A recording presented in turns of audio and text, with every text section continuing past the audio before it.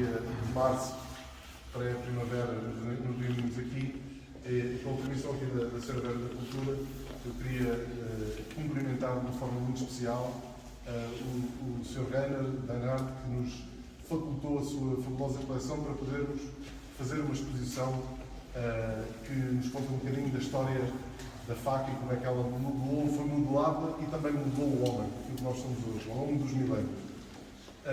Verdadeiramente foi uma experiência extraordinária conhecer este universo que é de alguma forma tudo aquilo que nós fomos construindo ao longo da nossa civilização humana, e foi de facto um projeto muito interessante também porque incorporou aqui algumas novidades.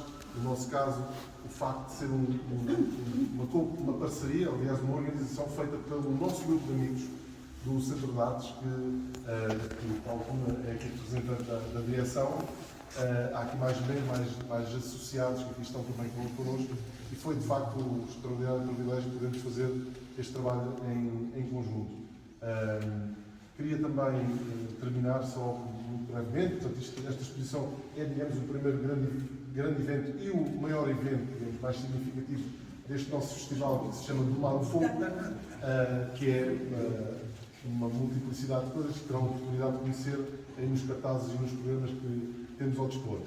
Portanto, só terminar, mais uma vez, agradecendo toda a sua generosidade e entusiasmo, que eu espero que nos possa agora também conduzir aqui um bocadinho mais demoradamente sobre estes magníficos objetos que aqui se encontram, e também aqui uma palavra também de apreço à equipa aqui toda do Centro de Artes, todos os quantos colaboraram, foram muitas pessoas que colaboraram na exposição, mas também nos outros eventos que vão ocorrer, e portanto foi com grande agrado e com grande alegria que fazemos este, digamos, ato inaugural do nosso evento do Mar ao Fogo. Muito obrigado. Muito obrigada, José. Muito obrigada a todos por terem vindo. Especialmente muito obrigada ao Reiner por ter tido a generosidade imensa de nos trazer até Caldas da Rainha esta exposição. Eu devo dizer que quando me falaram nesta exposição pela primeira vez, que já foi no final do verão passado, e fiquei muito entusiasmada porque quer o Paulo Fortuna, quer o José Nunes me falaram nesta exposição com imenso entusiasmo. Mas eu devo dizer que não exageraram. Muito pelo contrário, eu estou até mais ainda surpreendida do que as minhas expectativas, que eram grandes. É para nós um grande orgulho receber esta exposição. As peças são extraordinárias. É uma viagem, já dei assim uma lista de olhos muito rápida, é uma viagem pela história do homem através de um objeto que deve ser talvez o mais antigo, mas também dos mais simples da nossa história, e sendo simples é carregado de significado, de utilidade, de beleza, de história, e por isso, nesse sentido, acho que é uma exposição muito significativa. Fico muito feliz que tenham aderido, espero que gostem. Espero que apreciem também o resto do Festival do Mar ao Fogo, que seguramente vai ser bastante interessante. E uma palavra final, só para dizer que normalmente não digo os meus estados de alma, mas hoje para dizer que estou muito feliz. Eu sei que o Presidente está muito feliz, que eu para aí há uma semana que não punha os olhos em cima, porque isto realmente tem sido para todos, para a equipa, uma semana de intenso trabalho. E quando o trabalho é feito assim, com entusiasmo e com alegria, seguramente o resultado é muito bom. Portanto, vamos aproveitar. Muito obrigada. Apreciem.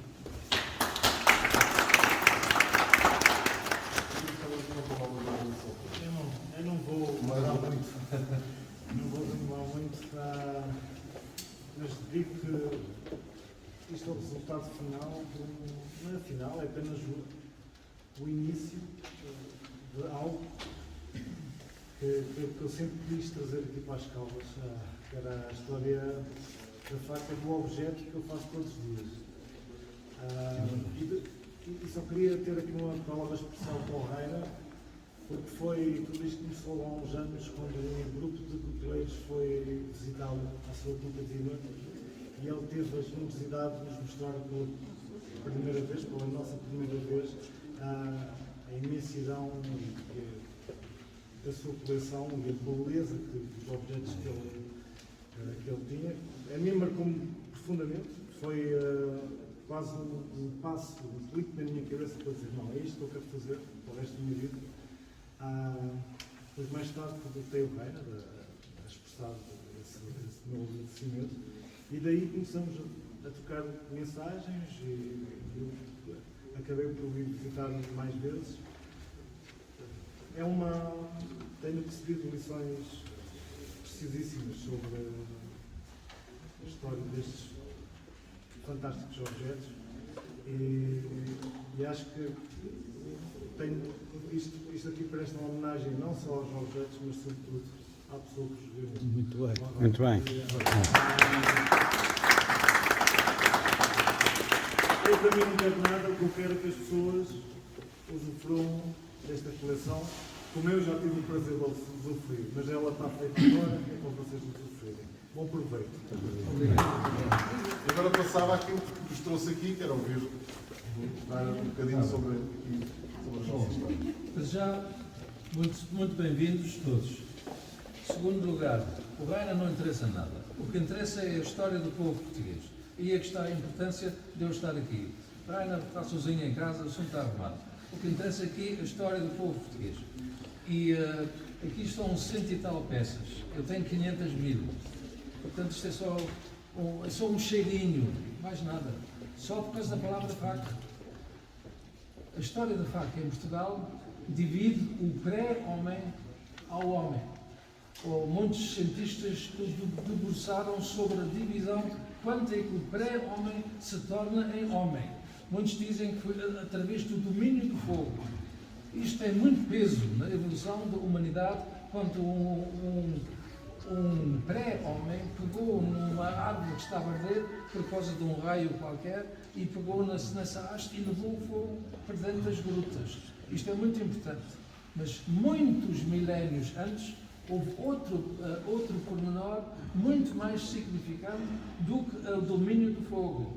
Foi um homem que andava com 4 patas no chão, a fugir dos ursos, a fugir dos tigres, a fugir das panteras e dos leões, para dentro das grutas, ou a subir as árvores, porque ele era caçado. Nós passamos de ser caçado para caçador. Não por causa do fogo. Porque houve um ser humano que fez clique na cabeça, como o meu amigo, agora não sei onde é que ele está parado, está aqui. Ele disse, fez-lhe clique na cabeça. O ano passado dele fez-lhe clique na cabeça. E como? Agora temos que imaginar, porque nós nada escrito acerca disso. Mas quando um homem sabe que vai ser comido pelo tigre que estava a perseguir, ou o urso que estava pronto para o agarrar, olhem para os nossos dentes. São ridículos em relação ao tigre sabre. Ridículos. E as nossas garras, coitadinhas. Nós somos uma miséria na evolução. Mas temos o tal clique. E o clique foi fundamental. E então o que é que o homem fez? Imagina-nos, aqui há um abismo. Aqui há um cheiro, é um caminho fininho. E lá vai o homem e o tigre atrás dele. Para a frente não há nada. Subir, impossível. O que é que ele faz? Vira-se contra o animal, pega numa pedra qualquer e bate com a pedra contra o animal. Quando o animal cai morto em sua frente, ahá! Com esta pedra eu endureci a minha própria mão. E com isto eu consigo matar o bicho. Este é o momento em que o ser humano se distinguiu do pré-homem. Passamos a ser homem. Não através do fogo, não através de estar erectos. Nós usamos os nossos olhos estão em 90 graus em relação ao nosso corpo. O animal não. Tem outra elevação. Por isso, uns dizem, olha, imaginem um bom arqueólogo português. No século XIX, criou um termo para os nossos antepassados. Nós sabemos dos visigodos, dos lusitanos, dos celtas, dos íberos, sabemos isto tudo. Mas nós não sabemos quem é que construiu os domes, quem é que construiu as antas. Nós não sabemos. Então fomos caçados de um arqueólogo do século XIX que inventou o nome. Homo erectus africanus. Meus senhores, minhas senhoras, se saísse agora de repente um pré-lusitano numa floresta qualquer e houve o nome, Homo erectus africanus, anda cá, ele levava 2 bolachas, uma da esquerda, outra da direita, para se manter em equilíbrio. Que história é essa de nos chamar nomes desses? Esses nomes são inventados. tal dono. Erectus sim, africanos não. Somos europeus. É uma coisa diferente. Às vezes chega a mostrar ao nariz quando vejo seres com uma importância. Puxa vida!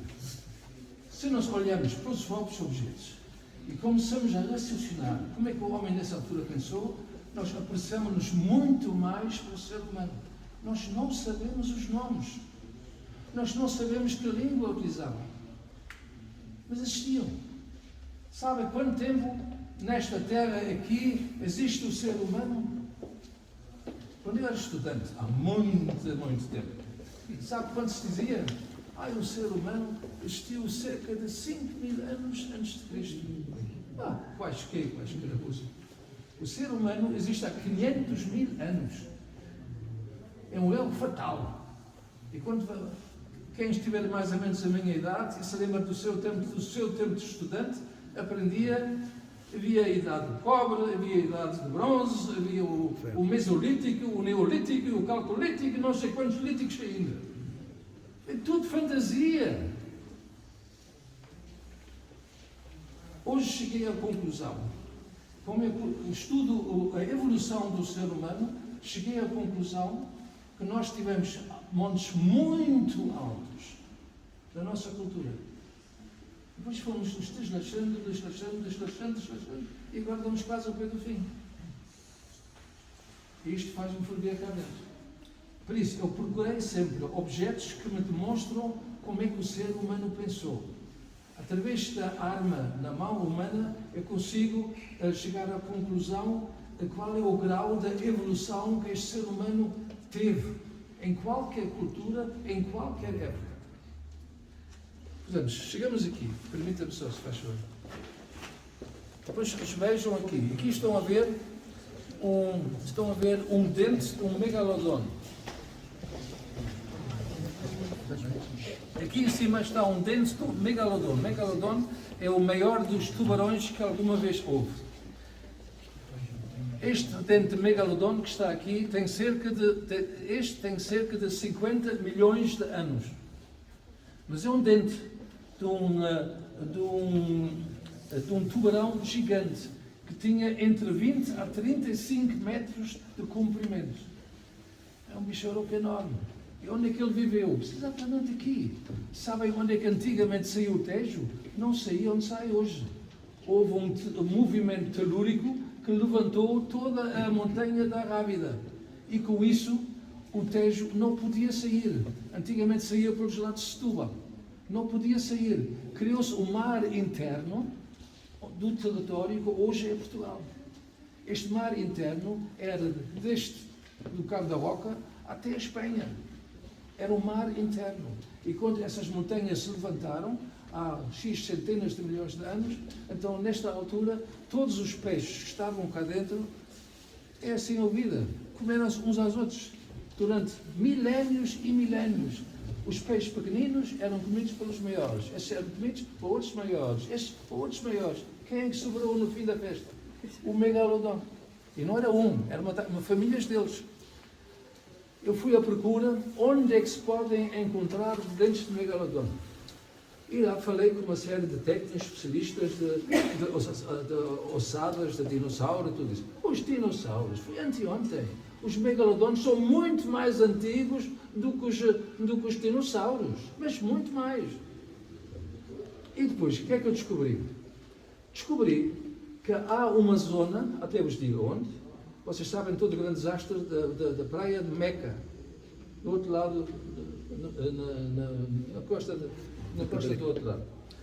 Ao pé da praia do Meco encontraram-se até hoje 20 e tal dentes do megalodon.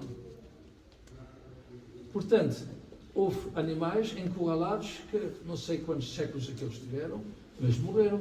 E depois encontram-se os dentes. O que é que faz um homem com um dente desses? E bem, está a jeito. Posso raspar, mas para pôr a mão, não dá jeito, isto é muito grande. Raspar um dente é utilizar um dente, como a natureza nos ofereceu. Mas o que é que pensou o homem? Um dente assim. Eu dou um golpezinho aqui e parto aqui uma esquina. Depois eu posso pôr 2 dedos. E parto aqui uma outra, então posso pôr 5 dedos. Assim já dá. Para o público normal, este dente que está aqui é enorme. Mas não é o único. Olhem para este. Este tem 100 milhões de anos. E é encontrado aonde? Na encosta da Rábida. Lá vêm os técnicos dos fósseis. Epá, mas isto é muito bom. Pena, está partido. Quem é que partiu o dente? Se a natureza parte um dente, parte o bico. Não parte aqui em cima. E agora vejam a minha mão. 2 dedos aqui. 3 dedos aqui em cima. Pumba! Já está. Isto mata qualquer tigre, mata qualquer urso, mata quem for necessário matar. Isto foi o ser humano que transformou um dente que a natureza nos ofereceu, transformou este dente em punhal, em faca, em raspador. Até alguns ainda têm aqui a serrilha aqui ao lado, até servia para serrar. Ao todo, pelas contas que eu fiz, existem cerca de 2 dúzias de dentes desses achados em Portugal. Dessas cerca de 2 dúzias, vamos lá dizer, mais ou menos 25, que eu examinei, que estão nos diferentes museus, a grande maioria deles estão todos inteiros. Partido não interessa, vai para o lixo. Disparate! É muito mais raro encontrar um com esses cortes do que sem os cortes. E não é o único. Até hoje sei da existência de 4. Sei de 25 inteiros. E sei de 4, curiosamente, sempre a partir no mesmo sítio. Aqui é que tem que se encaixar a mão. E para terem certeza que há mais do que um, cá está o outro. Só há uma diferença entre os dois. Não é do mesmo bicho. Quer dizer, do mesmo megalodon, mas na mesma família. Sabem que há cerca de 50 milhões de anos de diferença entre este e este? Este tem 100 milhões de anos, os 2000 de Cristo para cá, não interessa nada. Este tem cerca de 100 milhões de anos, este tem cerca de 50 milhões de anos. Foi durante esses 50 milhões de anos que o megalodon era o rei dos mares aqui. E aqui estão logo 2. Mas há 4. O terceiro, mais pequeno, está aqui. E há um outro, que tem um museu. Eu não lhes disse o que é que eles têm. Está na gaveta, não interessa nada, está partido. Meus senhores, apalpam estas peças. Tenham na mão exemplares, em plural, da mais antiga faca portuguesa. Não foi o homem que fez a faca, foi a natureza que fez a faca. Mas quem transformou o dente em faca foi o ser humano, foram os nossos antepassados. Olha, minha senhora, mas isto tem direito de volta. Faz favor. Vejam, tirem fotografias que quiserem, põe a sua mão. Veja só, isto dá mesmo jeito. Ai, ai, ai, está uma senhora perigosa. Vejam isso. Isto é o ser humano que transformou um presente da natureza em faca. E depois, nós não paramos aí. Fomos ver outras coisas. Nós tivemos veados gigantes. O que é que nós fazemos com os veados? Olhem para isto. Isto é uma haste. É uma haste de um veado. O que é que nós fizemos? Fizemos um furinho. Aqui. Fizemos um furinho. E com este furinho, o que é que se faz? Espeta-se um pau aqui dentro e já temos um machado. O que é o problema que nós tivemos com os animais? Os nossos dentes contra os animais são ridículos. As nossas garras contra os animais, zero. O que é que nós fizemos? Nós quisemos aumentar a distância entre a fera e o nosso próprio corpo. Por isso, enfiamos aqui um pau e pumba, pumba, lá vai disto. Até como estamos nas Caldas, até aqui até há uma certa parecença com isto. Digo de lá que sim. Dois, está a dizer que sim. Também permite que vejam esta peça esta peça tem X dezenas de milhares de anos, mas é cá da Lusitânia. Sabem o que é que fazem nos museus disso? Nada, não interessa para nada.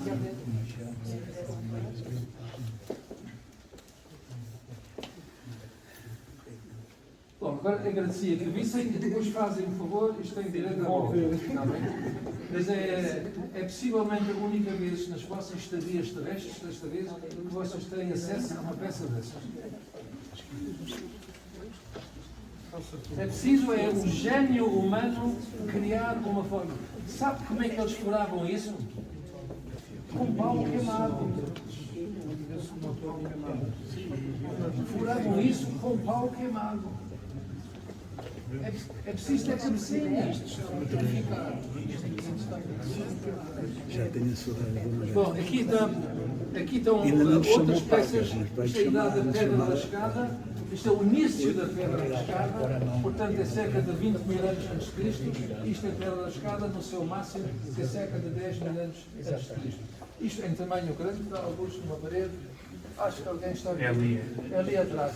Ali vem em tamanho grande, talvez veja melhor. Isto era uma lâmina de uma faca.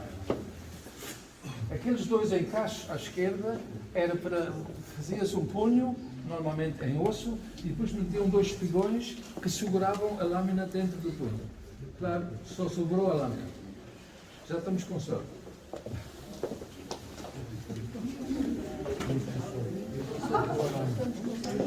Ele uma vez deu-nos uma explicação como é que a arma vem até aos nossos. Depois é carregar num botão por causa da questão. Assim não se ouve. Aqui está uma peça, eu só chamo a atenção a esta peça por uma razão muito especial. Vejam a lâmina. É uma lâmina de bronze com cerca de 5 mil anos. Mas eles conseguiram atingir uma técnica que nós perdemos. É bronze temperado. Hoje não se sabe temperar o bronze. Com tanta evolução, com tanta americanice à nossa volta, ninguém sabe temperar o bronze. Eles sabiam. O que é que está aí, pai? E vocês estão a ver, a lâmina é muito fininha, mas para ela não vergar, criaram umas nervuras dentro da própria lâmina. Se alguém vê uma ponte para os carris de ferro, vê umas nervuras em cima das quais andam os comboios. Fizeram isto nesta lâmina. Mas isto há 5 mil anos.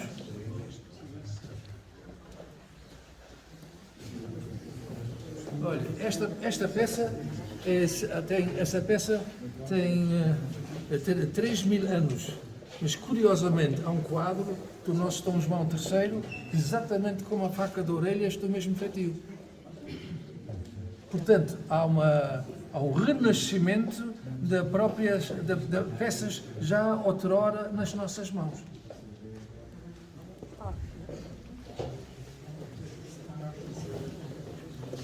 Aqui temos restos, mas são restos fulminantes. Isto aqui são duas falcatas lusitanas. Isto ali é uma foice lusitana. Isto são lanças lusitanas. Isto é uma faca lusitana. Nós só temos esta aqui no meio, é toda feita em prata, isto é uma réplica.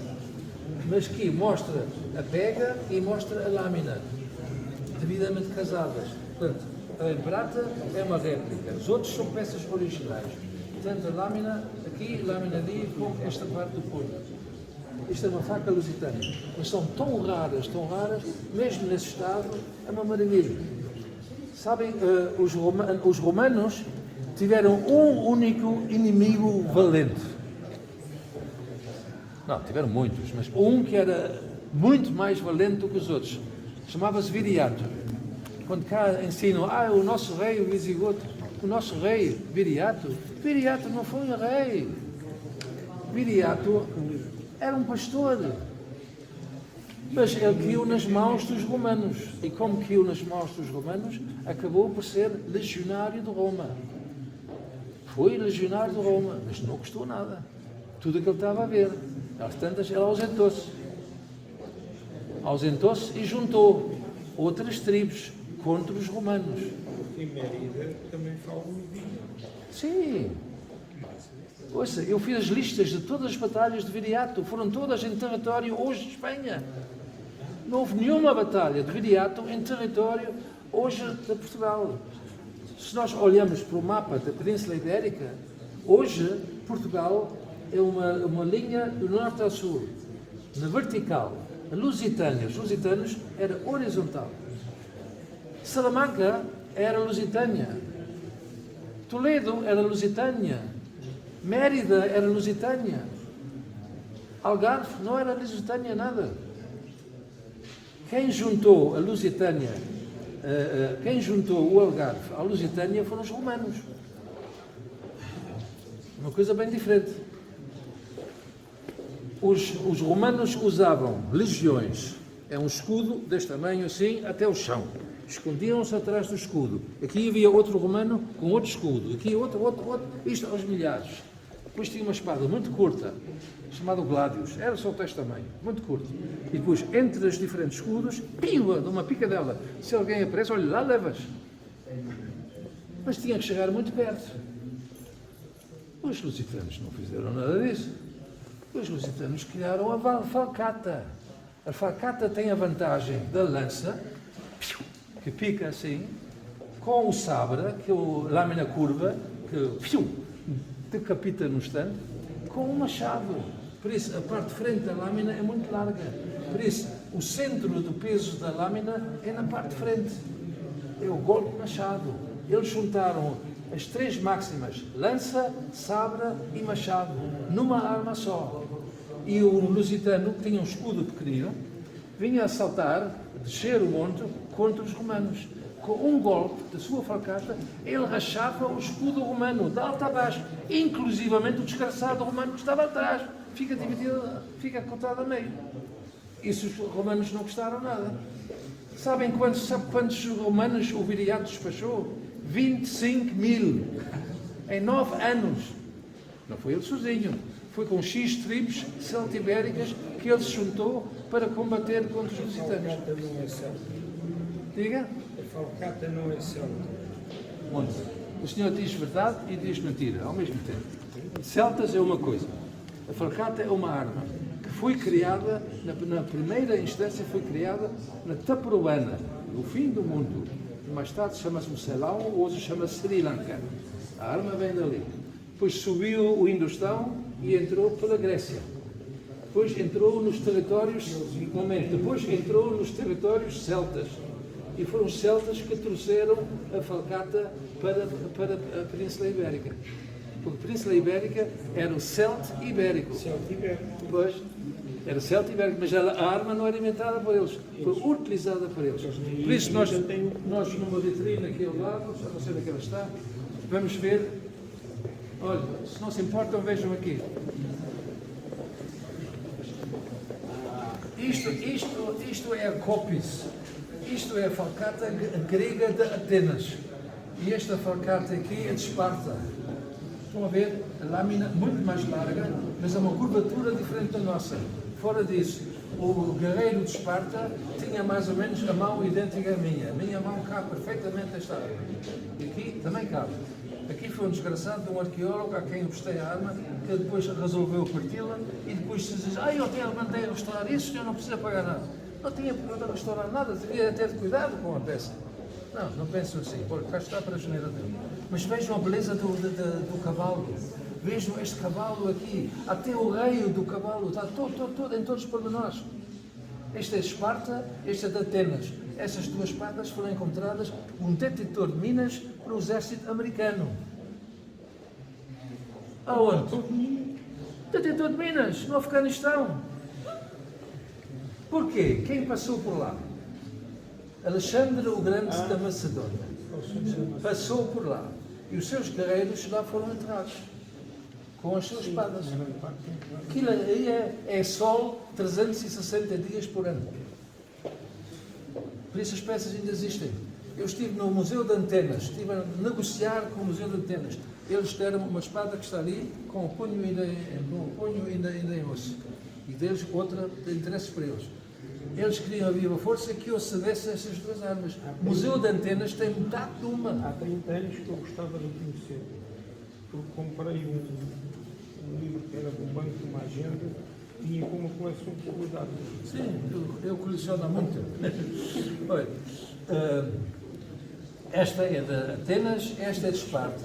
Estes são os pais da nossa Forcata lusitana. Mas a pergunta Mas, por favor, não me interrompa agora, porque senão fica toda a gente aflita, está bem? Se quiser falar depois, com toda a sim, tudo bem. Bom, essas duas peças são fundamentais. O Museu de Atenas tem metade de uma. A de Esparta só conhecem por os vasos onde estão representados, mas nunca se encontrou nenhuma, a não ser esta que foi encontrada no Afeganistão. Há uma vantagem em usar os tais metal detectors, não é? Aqui temos outras. Isto é de cá. Olha para esta. Esta é do cavaleiro. Vê-se pelo comprimento da arma. Esta é do leão. Espada. Tudo é bronze. Isto chama-se língua de carne. Isto são tudo armas com 3.000, 4.000, 5.000 anos.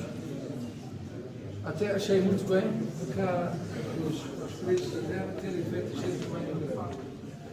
Não vamos falar muito ao pé das pessoas.